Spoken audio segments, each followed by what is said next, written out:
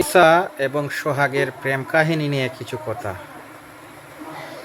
আমি দেখছি অনেকেই লামিসাকে সাপোর্ট করতেছে তার স্বামীকে জেল থেকে বাহির করে আনার জন্য। আপনারা এই দিকটা চিন্তা করেন, মা বাবা কত কষ্ট করলো, আজকে মা বাবার মুখে চুনকালি দিয়ে এই মেয়েটা পালিয়ে বিয়ে করেছে। আমরা কোরআন কিতাবেও আছে, একটি ওয়াজের মধ্যে শুনতাম যে একটা লোকের খালি মেয়ে সন্তান জন্ম লয়,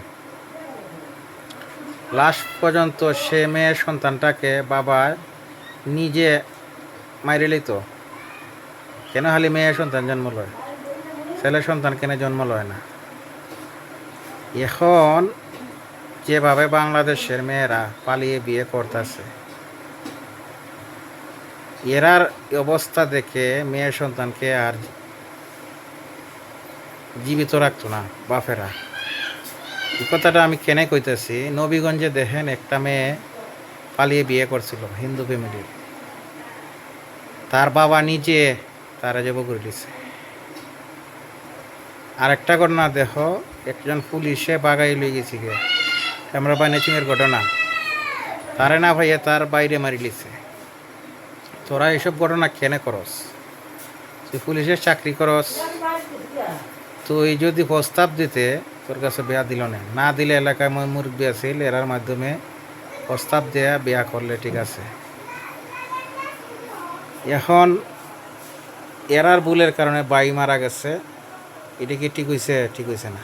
তো এই জন্যে আমি বলতেছি যে বা যারা এদেরকে সাপোর্ট করেন, আজকে তুমি সাপোর্ট করতে কালকে তোমার লাগে থাকবো। দুনিয়াটা বদলার জায়গা।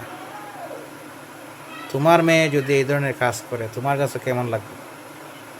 তোমার ছেলে যদি এটা করে, ওই যে ভাগ্যকে বিয়ে হয়েছে তার ফলাফুরি রেখে তা কইব কইব সিনালের ফুরি ভাগ্যে যাউরির ফুরি, যে কোনো বিষয়ে মানুষে খাদ্যে যা জামালা হইলে ও বাগাই আনছিল, তার মা ভাগ্যে আইছিল। এই কথাটা কিতা কিরম লাগে? ভালো লাগেনি।